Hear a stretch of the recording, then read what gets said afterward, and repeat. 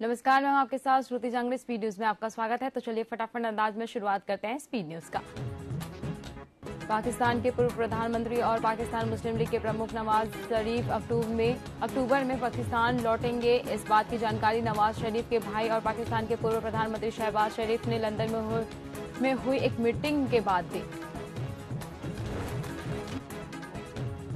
रूस में पुतिन के बागी वैगनर चीफ की 23 अगस्त को हुई मौत अब एक तक गुत्थी बनी हुई है। मॉस्को के पास उनका प्लेन कैसे क्रैश हुआ, ये पहले सुलझाने के लिए विमान के रिकॉर्ड्स की जांच की जाएगी। बीबीसी के मुताबिक घटनास्थल से जांच अधिकारियों को 10 शव और फ्लाइट रिकॉर्ड्स बरामद हुए हैं। जांच अधिकारियों ने बताया कि मॉलिक्यूलर जेनेटिक टेस्ट के जरिए शवों की पहचान की जाएगी। मेडागास्कर की राजधानी एंटानारियो के नेशनल स्टेडियम में शुक्रवार को भगदड़ मचने से 12 लोगों की मौत हो गई, जबकि 80 लोग घायल हो गए। हादसा उस वक्त हुआ जब करीब 50,000 लोग इंडियन ओशन आइलैंड गेम्स के उद्घाटन समारोह के लिए स्टेडियम में एंट्री पाने की कोशिश कर रहे थे। न्यूज एजेंसी ANI ने अल जजीरा की रिपोर्ट के हवाले से यह जानकारी दी है। रूस के राष्ट्रपति व्लादिमीर पुतिन अगले महीने भारत में होने वाली G20 समिट में हिस्सा नहीं लेंगे। क्रेमलिन के स्पोक्सपर्सन दिमित्री पेस्कोव ने इसकी पुष्टि कर दी है। पुतिन ने 2019 में आखिरी बार जापान में हुई G20 समिट में इन पर्सन शिरकत की थी। प्रधानमंत्री नरेंद्र मोदी एक दिन के ग्रीस दौरे के बाद शुक्रवार रात 25 अगस्त भारत के लिए रवाना हो गए। उन्होंने शुक्रवार रात राजधानी एथेंस में भारतीयों को संबोधित किया। चंद्रयान 3 की कामयाबी पर कहा, जब जश्न का माहौल होता है तो मन करता है कि जल्द से जल्द परिवार के बीच पहुंच जाए। मैं भी अपने परिवार के लोगों के बीच पहुंच गया। ब्रिक्स समिट के आखिरी दिन 24 अगस्त को साउथ अफ्रीका में पीएम मोदी और चीन के राष्ट्रपति शी जिनपिंग के बीच मुलाकात हुई। 25 अगस्त यानी आज चीन विदेश मंत्रालय ने दावा किया है कि ये मीटिंग भारत की रिक्वेस्ट पर हुई है। हालांकि विदेश मंत्रालय ने चीन के इस दावे को सिरे से खारिज कर दिया है। 24 अगस्त की शाम जगह दक्षिण अफ्रीका की राजधानी जोहान्सबर्ग दुनिया के तीसरे ताकतवर आर्थिक संगठन ब्रिक्स में 6 नए देशों को शामिल करने की घोषणा होती है। इन 6 में 4 इस्लामिक देश हैं। अमेरिका के राष्ट्रपति चुनाव में धोखाधड़ी के मामले में डोनाल्ड ट्रंप ने शुक्रवार सुबह फुलटन काउंटी पुलिस के सामने सरेंडर किया। इसके बाद पुलिस ने उन्हें अरेस्ट कर लिया और फुलहन काउंटी जेल ले गई। उन्हें पुलिस रिकॉर्ड में कैदी नंबर P01135809 के रूप में दर्ज किया गया है। प्रधानमंत्री नरेंद्र मोदी शनिवार सुबह इसरो के कमांड सेंटर में चंद्रयान 3 टीम के वैज्ञानिकों से मिले। यहां उन्होंने 3 घोषणाएं की। पहली 23 अगस्त को हर साल भारत नेशनल स्पेस डे मनाएगा। दूसरा, चांद पर लैंडर जिस जगह उतरा वह जगह शिव शक्ति पॉइंट कहलाएगी। तीसरी, चांद पर जिस जगह चंद्रयान 2 के पद चिन्ह है उस पॉइंट का नाम तिरंगा होगा। तमिलनाडु के मदुरै रेलवे स्टेशन के पास ट्रेन के प्राइवेट कोच में आग लग गई। शनिवार तड़के हुए हादसे में यूपी के 10 तीर्थ यात्रियों की मौत हो गई, जबकि 50 लोग झुलस गए। प्राइवेट कोच में यूपी के 63 तीर्थ यात्री सफर कर रहे थे। हादसे के वक्त कोच यार्ड में खड़ा था। यह कोच 17 अगस्त को लखनऊ जंक्शन से रवाना हुआ था। कोच को रविवार को चेन्नई से लखनऊ लौटाना था। सोनिया गांधी शनिवार को श्रीनगर जाएंगे। राहुल गांधी भी शुक्रवार को लद्दाख से श्रीनगर पहुंच गए हैं। श्रीनगर में राहुल हाउस बोट और होटल में 2 दिन आराम करेंगे। मां बेटे का 2 दिन का यह दौरा बिल्कुल निजी बताया जा रहा है। यात्रा के मद्देनजर सुरक्षा व्यवस्था कड़ी कर दी गई है। हरियाणा के नूंह में दिल्ली मुंबई एक्सप्रेसवे पर एक टैंकर और कार की टक्कर हो गई। टक्कर के बाद कार पलट गई, उसमें आग लग गई। हादसे में 2 लोगों की मौके पर ही मौत हो गई, जबकि टैंकर सवार एक शख्स सहित कार में बैठे 4 लोग गंभीर रूप से घायल बताए जा रहे हैं। बॉम्बे को एक गुमनाम डोनर से 160 करोड़ रुपए का दान मिला है। IIT के डायरेक्टर प्रोफेसर सुभाषिष चौधरी ने कहा, भारतीय शिक्षा जगत में यह एक दुर्लभ घटना है कि कोई परोपकारी व्यक्ति गुमनाम रहना चाहता है। USA में आम चलन है। मुझे नहीं लगता कि भारत में किसी भी यूनिवर्सिटी को कोई ऐसा डोनेशन मिला है जहां डोनर गुमनाम रहना चाहता है। जम्मू कश्मीर की पूर्व सीएम और पीडीपी अध्यक्ष महबूबा मुफ्ती की बेटी इल्तिजा को 10 साल की वैलिडिटी वाला रेगुलर पासपोर्ट जारी कर दिया गया है। एक अधिकारी ने यह जानकारी दी है। उन्होंने बताया कि क्षेत्रीय पासपोर्ट अधिकारी ने इल्तिजा को अपने ऑफिस में बुलाया और उसे 10 साल की वैलिडिटी वाला रेगुलर पासपोर्ट सौंप दिया है।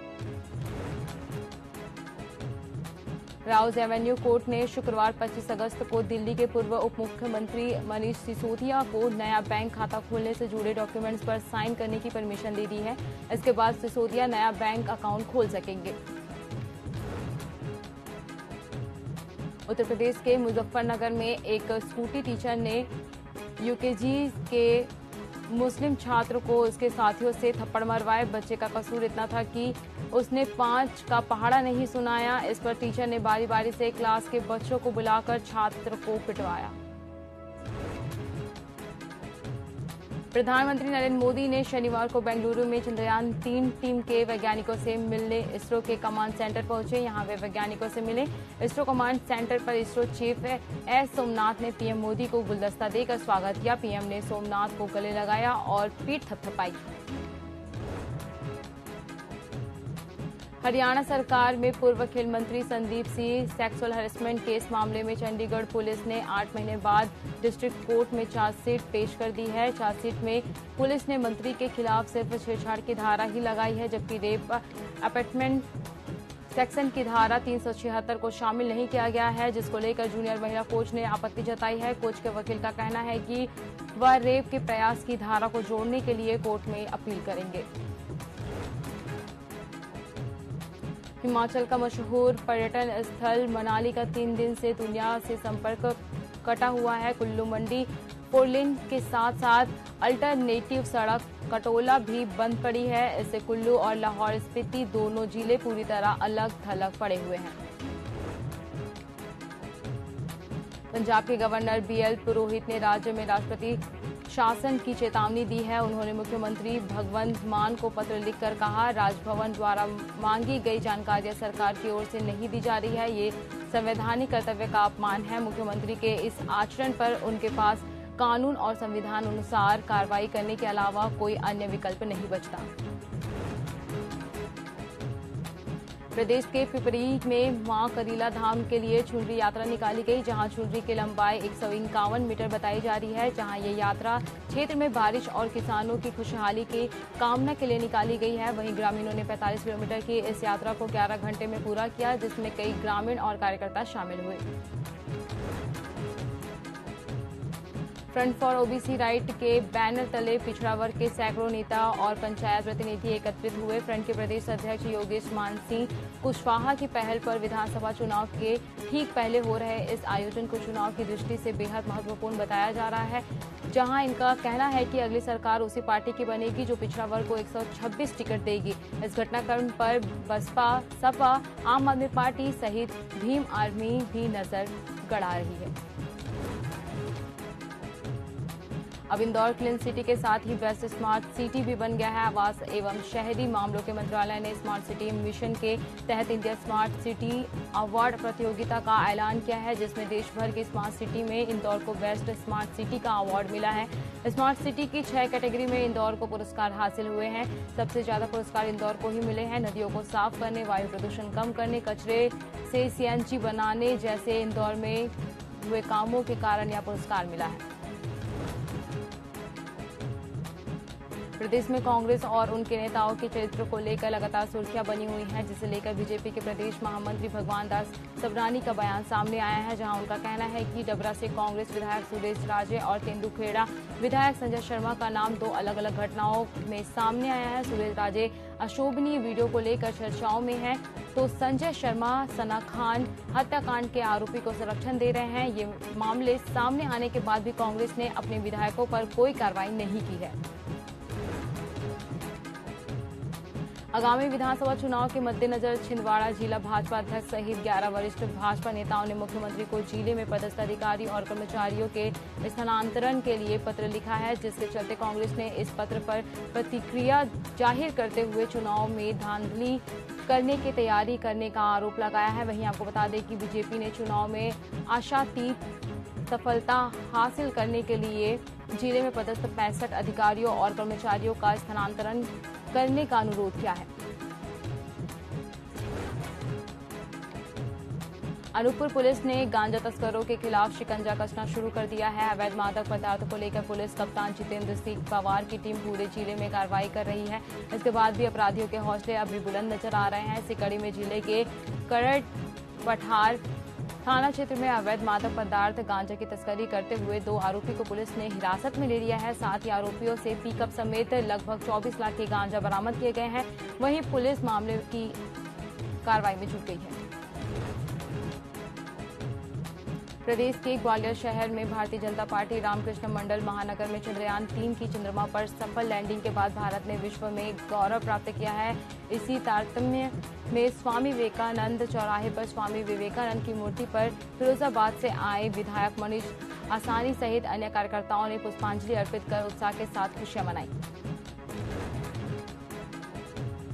प्रदेश में विधानसभा चुनाव के पहले इंदौर के भाजपा में बगावत का माहौल है। इंदौर में सीट नंबर 5 के बाद कार्यकर्ताओं ने इंदौर 1 और राव में भी पार्टी के लिए मुश्किलें खड़ी कर दी है। नाराज कार्यकर्ताओं ने शुक्रवार को पूर्व विधायक के खिलाफ रैली निकाली और कार्यकर्ता अमित शाह से न्याय की गुहार करते हुए नारे लगा रहे हैं। उनके हाथ में मौजूद तख्तियों में भी अमित शाह न्याय करो, भाजपा जिंदाबाद जैसे नारे लिखे हुए थे।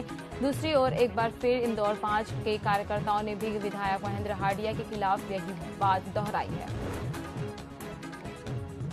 इंदौर के एमवाई अस्पताल में कान के ऑपरेशन 16 साल के छात्र की मौत पर दूसरे दिन शुक्रवार को भी हंगामा हुआ। इस दौरान नाराज परिजन पोस्टमार्टम के बाद अस्पताल कैंपस में ही अंतिम संस्कार पर अड़ गए। वहीं उन्होंने सुबह लकड़ी और कड़ी लाए और चीता बना दी। वहीं हंगामे की सूचना मिलते ही पुलिस मौके पर पहुंची और परिवार को समझाइश देकर रवाना किया, जिसके बाद मृतक छात्र का मुक्तिधाम में अंतिम संस्कार का फैसला किया गया है। वहीं परिजन का आरोप है कि कान की सर्जरी के बाद बच्चा बिल्कुल ठीक था। इसके बाद इंजेक्शन लगाने वाली नर्स ने लापरवाही की, उस पर कोई कार्रवाई नहीं हुई।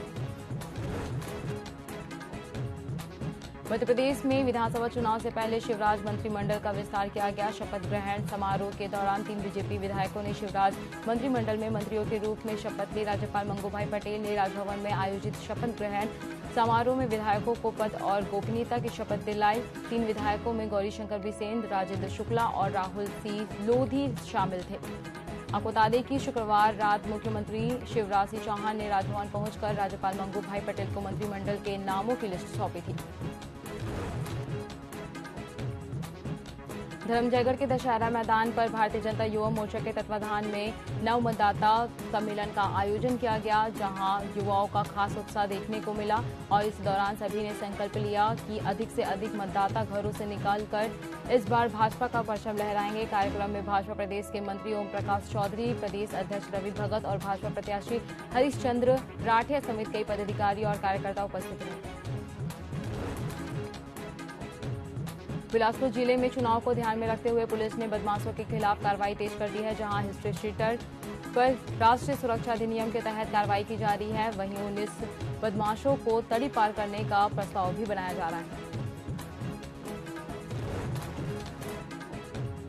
छत्तीसगढ़ में इस वक्त कांग्रेस घोषणा पत्र समिति की बड़ी बैठक शुक्रवार को रखी गई। रायपुर में कांग्रेस मुख्यालय राजीव भवन में समिति के अध्यक्ष और कैबिनेट मंत्री मोहम्मद अकबर की अध्यक्षता में बैठक हुई, जिसमें प्रदेश में होने वाले विधानसभा चुनाव में कांग्रेस के घोषणा पत्र में शामिल होने वाले बिंदुओं पर चर्चा की गई और सदस्यों से सुझाव लिए गए। शनिवार को प्रदेश प्रभारी कुमारी शैलजा की मौजूदगी में फिर से ये बैठक होगी। मोहम्मद अकबर ने बताया कि सुझाव चाहे वो ईमेल के जरिए हो या फिर प्रदेश कांग्रेस कमेटी में आए, जरूरत पड़ने पर यदि कहीं जाना पड़े तब संभाग स्तर और फिर जिला स्तर में इसमें फैसला लिया जाएगा।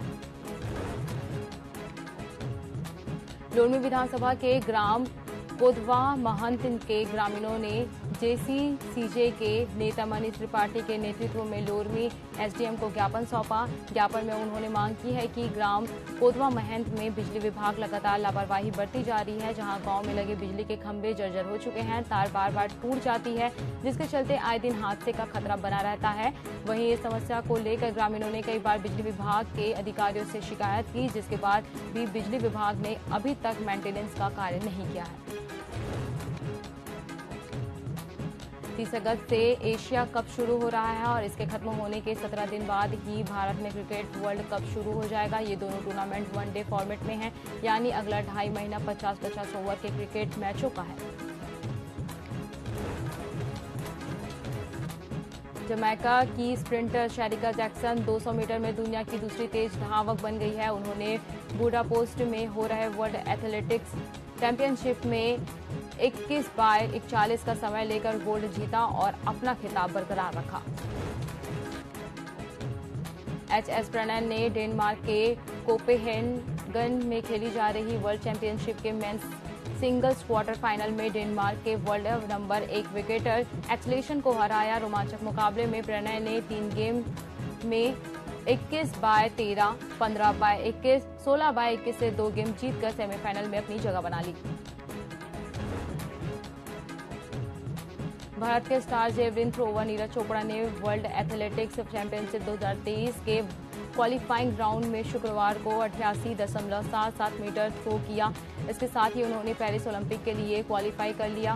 नीरज ने वर्ल्ड एथलेटिक्स चैंपियनशिप के फाइनल में भी जगह पक्की कर ली है। पेरिस ओलंपिक की शुरुआत 26 जुलाई 2024 से होगी। वहीं वर्ल्ड एथलेटिक्स चैंपियनशिप का फाइनल 27 अगस्त यानी रविवार को खेला जाएगा। चोपड़ा ने अब तक एथलेटिक्स चैंपियनशिप में गोल्ड नहीं जीता है। पूर्व क्रिकेटर युवराज सिंह की पत्नी हेजल किच ने दूसरे बच्चे को जन्म दिया है। युवराज ने दूसरी बार पिता बनने की खुशी सोशल मीडिया पर शेयर की है। उन्होंने पत्नी और दोनों बच्चों के साथ एक तस्वीर पोस्ट कर लिखा, हम प्रिंसेस ऑरा का वेलकम करते हैं। वित्त वर्ष 2022 और 23 के लिए इनकम टैक्स रिटर्न फाइल करने की आखिरी तारीख बीत चुकी है। ऐसे में अगर आपने ITR फाइल कर दिया है तो अब उसका वेरिफिकेशन भी जरूरी है। इसके बिना फॉर्म अधूरा माना जाता है। ITR फाइल करने का अंतिम चरण फॉर्म सबमिट नहीं, वेरिफिकेशन होता है। इस हफ्ते सोने चांदी के दामों में तेजी देखने को मिली है। India Boolean and jewellers association की वेबसाइट के अनुसार सराफा बाजार में इस हफ्ते की शुरुआत यानी 21 अगस्त को सोना 58,345 रुपए पर था, जो अब यानी 26 अगस्त को 58,720 रुपए प्रति 10 ग्राम पर पहुंच गया है। यानी इस हफ्ते इसकी कीमत में 425 रुपए की तेजी आई है। चाइनीज टेक कंपनी वीवो 28 अगस्त को भारत में नया 5G smartphone Vivo V29e launch करेगी। कंपनी ने ऑफिशियल वेबसाइट और सोशल मीडिया अकाउंट पर स्मार्टफोन को टीज किया है, जिसमें लॉन्च इवेंट के बारे में जानकारी भी दी गई है। विदेश से आने वाले इलेक्ट्रिक व्हीकल सस्ते नहीं होंगे। केंद्रीय वित्त मंत्री निर्मला सीतारमण ने शुक्रवार को कहा कि मंत्रालय के पास इलेक्ट्रिकल व्हीकल के इंपोर्ट ड्यूटी को कम करने कोई भी प्रस्ताव नहीं है। उन्होंने दिल्ली में आयोजित B20 समिट इंडिया 2023 के कार्यक्रम में यह जानकारी दी। Security exchange board of India यानी SEBI ने शुक्रवार को अडानी हिंडनबर्ग मामले पर सुप्रीम कोर्ट में स्टेटस रिपोर्ट फाइल की है। रिपोर्ट में मार्केट रेगुलर सेबी ने एक एफिडेविट में सुप्रीम कोर्ट को बताया कि इस मामले में उसकी 24 इन्वेस्टिगेशन यानी जांच में से 22 फाइनल हो चुकी है और 2 अभी भी अधूरी है। स्पीड न्यूज में फिलहाल इतना ही। आप बने रहिए TV24 के साथ। नमस्कार।